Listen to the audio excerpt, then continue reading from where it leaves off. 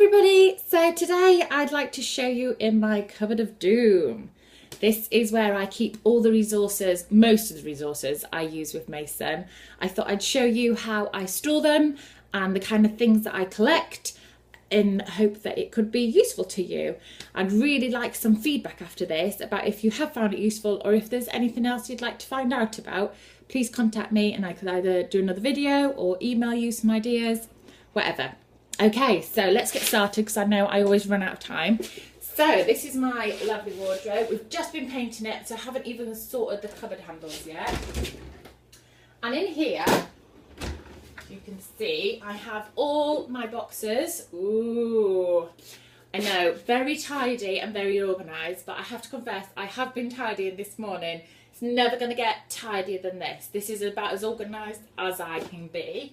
So up here I've got loads of different boxes. So from the kind of things that I collect, this is where everything falls apart because it's all rammed in. So in here I've got party bags. I just think these are really lovely for emptying and filling, and party cups and things. I really like when I'm doing activities with Mason, I like to display them in different ways. So I do collect trays. I haven't got loads of them, to be honest, but I've got some nice different trays. I've got some natural ones, some shiny ones, all different things like that. And it's nice to display your activities in different ways. It makes it quite inviting. I've also got in here, anyone that follows my page knows that I'm a big fan of the egg boxes. So I've got quite a collection, particularly if they're in different colours and they're quite inviting. So like the orange I use for autumn, that'll be nice for spring, and all the greens and things. So it's quite nice to collect different ones. I've got some plastic ones as well somewhere. So they're in there. And now this is another confession, is that I don't like to bin bottles. I've got a bit of a thing about bottles and I keep them for Mason. So I try and keep a different collection. A variety rather. So like this one is a pump one, great for little fingers. I've collected these little, I know they're glass, but I think if I'm watching them carefully they should be alright. So these just had herbs in, and so it could be a little shaker. I might put glitter in there, or I might put rice or some lentils or something. Soy sauce bottle sort of one, that way you can pour and grab things out. Another pump one. Even that food coloring one I just thought was so cute. It's so tiny, he'll love that. So I've just collect a variety of containers that have pepper in it for shaking. So we've just got different things that I can put out when I'm working with it. Now this is jam-packed full, this box, and I use it a lot.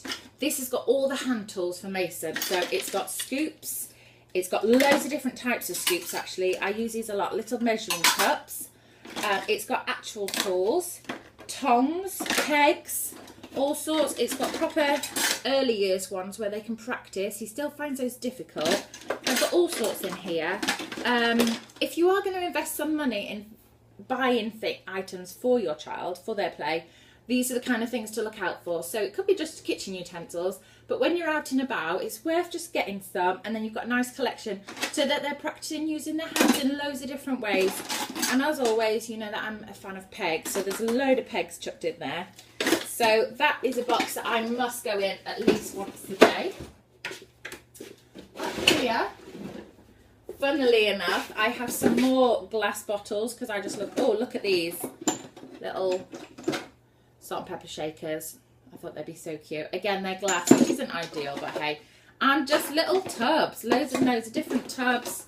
And I also think having a nice set of buckets, I've got 3 stackable buckets there, are really useful. You can put all sorts in those. Nice for emptying and filling. You'll notice that most toddlers, most young children like to fill things and then empty them again. So having a variety of stuff you could use for that is fine. I'm just keeping an eye out because my husband has my little boy and he's no doubt going to bring him back to me soon. And then this is a bit of a role play box. So I don't have loads in here. I just have things like purses for if we're shopping, lanyards for if he's playing some sort of shopkeeper or something. I thought that'd be nice. I've got tape measures in there. I've got some little scales, just toy scales, these ones. What else do we have? Oh, another lanyard.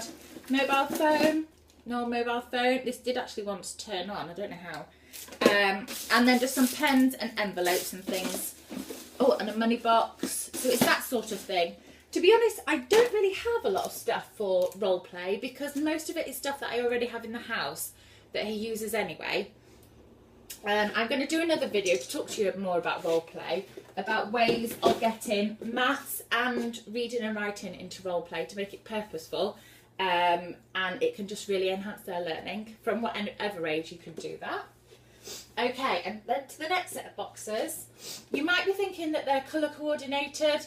There's no colour coordination, they're just at random. I've just chucked everything in boxes. So this is, funny that they're all jam-packed full, isn't it?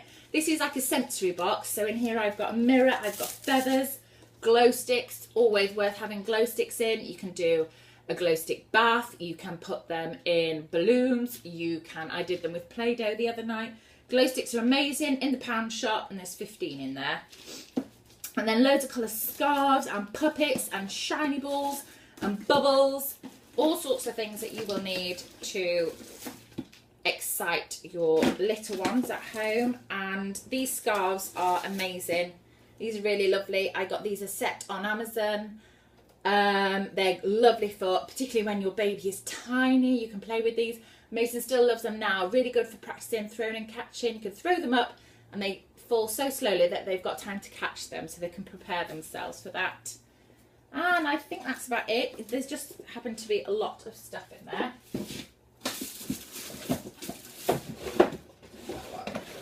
That one at the end is just a load of random stuff, really. It's not really worth looking at, just random material. Another one I quite like to use is loads of metallic and shiny things. If you watch my treasure basket one, you'll see that I use lots of the things out of here. So I've got battery powered fairy lights. I've got just random balls of silver foil, look great for moon rocks and things. Shiny balls, egg cups, those springy metallic egg cups, teaspoons, jewellery, space blankets, all sorts in there, mirrors, even Christmas decorations work for this, and I could use it for space. It's lovely to put in a dark den with a torch. You could do all sorts of things with that, so it's worth just gathering those together and then you've got them. Have a look in that one. There's not really a lot in that one, it's pretty empty. And then that one is just full of paint. Loads and loads of different types of paint. It's already mixed. I don't know if you can see up here. So in these I collect all the things I use for sensory with Mason. A lot of it's food, so I like to store it and reuse it rather than waste it. So I've got things like chickpeas and black beans in here.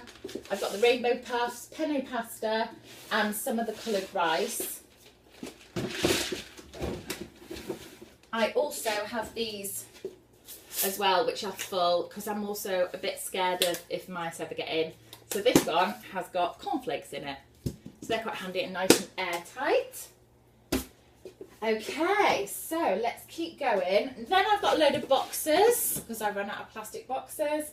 And in these I think this is just more autumnal things, naturey things, crime balls, bark, coconut shell, conkers, stones, all that sort of stuff. I use that a lot, and that is my favourite, so it's no wonder that I've got a lot of that. And this one I have, now this is a bit miserable, isn't it?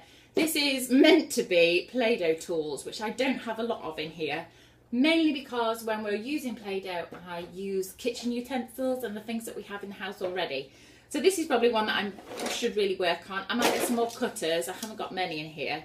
I do have some inside the house, rolling pin, and then these are really great. These are for icing. I got these in Asda, they're a pack of about 20, and they're different tools that you can use for when you do icing.